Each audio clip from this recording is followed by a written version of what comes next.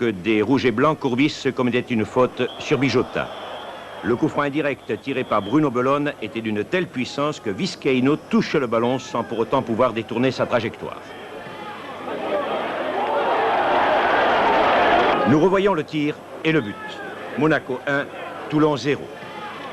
Jouant alors plus vite dans les passes et la relance du jeu, le 11 de Lucien Muller allait faire la différence après 33 minutes de jeu. Un centre de la gauche de Bellone, un tir de Gengini repoussé par Vizcaíno et Crozet à l'affût pour le deuxième but. Monaco 2, Toulon 0. À moins de 60 secondes de la fin de la première mi-temps, Nkouka, qui très certainement a joué hier soir l'un de ses meilleurs matchs, était par 2 fois au départ dans la relance de son attaque. Pour Aymon notamment, qui balle au pied, était contré par Leroux dans les 18 mètres, et M. Lambert sanctionnait la faute d'un pénalty. Pénalty que Delionis transformait en prenant Ettori à contre-pied. 2-1 était le score à la mi-temps.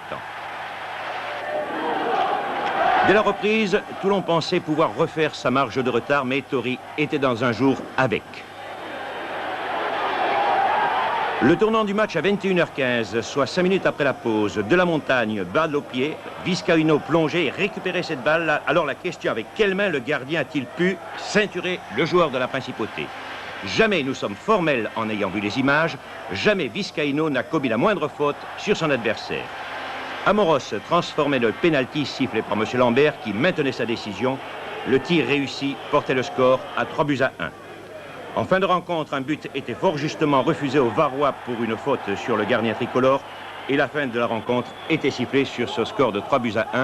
Quant à la sortie du référé de service, elle a été l'image de la soirée chaude et colorée.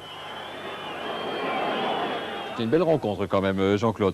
Puis Nantes a battu Nîmes 4-0, là ça n'a pas été très bien pour les Gardois. Alors qu'est-ce qu'il faut penser de tous ces résultats? Eh bien tout simplement, je ne reviendrai pas sur ce que j'ai dit. Il n'y avait pas faute de Vizcaíno sur de la Montagne. S'il y avait eu une faute à siffler, c'était contre le joueur monégasque, je persiste, Essigne. En deuxième division, et là nous parlons toujours de football, demain soir, une très belle rencontre au stade. Et on pense qu'ils ont les moyens de le rester, puisqu'ils jouent tout de même contre les derniers ex-aequo, mais les derniers tout de même. La première action dangereuse de la partie est apportée au crédit des Varois. Sur cette action, Aymon va cafouiller un petit peu, mais finalement il réussit à centrer. Une première tête de Locoline, deuxième de Nice, et la balle passe juste au-dessus des buts de Batz. Le match est bien lancé, d'autant qu'Auxerre ne tarde pas à réagir, vous allez voir. À la suite de cette action, la 12e minute donc de la partie, vous allez voir une superbe action amenée par Zarmac et Lantier et finalement qui va se terminer. Donc là vous voyez Lantier pour Zarmac qui démarque bien Garande qui pousse un petit peu trop son ballon et finalement Vizcaíno est sorti. Alors Giroud à ce moment-là, est-ce qu'on fait un reproche à Garande? Non, parce qu'il a fait son action normale et il faut voir que le match se déroulait sur une pelouse épouvantable. On y joue au rugby. Et je trouve que le championnat de France est trop important pour qu'on permette des choses pareilles. On ne devrait pas jouer au rugby sur les pelouses de football. Alors là, Onis a donné à Perlin qui tire au-dessus. Les Toulonnais, vous le voyez, ne font pas de complexe. Ils s'installent carrément dans le camp bourguignon. Et on va les revoir particulièrement dangereux sur cette action. Une fois que la balle va être contrée, donc, c'est Dib qui va faire un petit numéro au milieu de la défense auxerroise avec ce relais avec Aymon. Voilà, il est face à 3 Auxerrois. Tire. On a l'impression que la balle va sur le montant. Mais vous allez voir au ralenti qu'il n'en est rien puisque la balle touche le petit filet. Là, Giroud, vous êtes déjà peut-être un petit peu inquiet quand même. Oui, mais nous avons vu dès le début que Toulon ferait le match de sa saison, comme nous en avons fait de nombreux quand nous rencontrions les leaders et que nous étions une équipe moyennement ou mal classée. C'est quelque chose qu'on connaît bien et Toulon nous a fait vraiment le match de coupe et nous avons eu beaucoup de mal à résister. 20e minute maintenant, donc vous le voyez, les Toulonnais font vraiment le forcing. Locoli, là, écarte le danger et c'est encore Dib qu'on retrouve.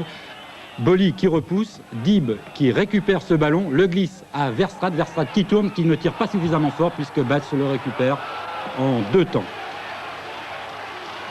Dernière action maintenant de cette première mi-temps, comme pratiquement toutes les précédentes, elle est apportée au crédit des Toulonnais.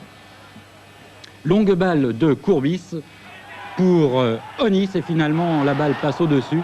Mais si cela n'a rien donné sur cette action, vous allez voir, c'est sur une action à peu près semblable que tout à l'heure, le match va se jouer. Mi-temps 0-0, vous pouvez encore gagner ce match à ce moment-là? Oui, bien sûr, le match est toujours très égal, même si Toulon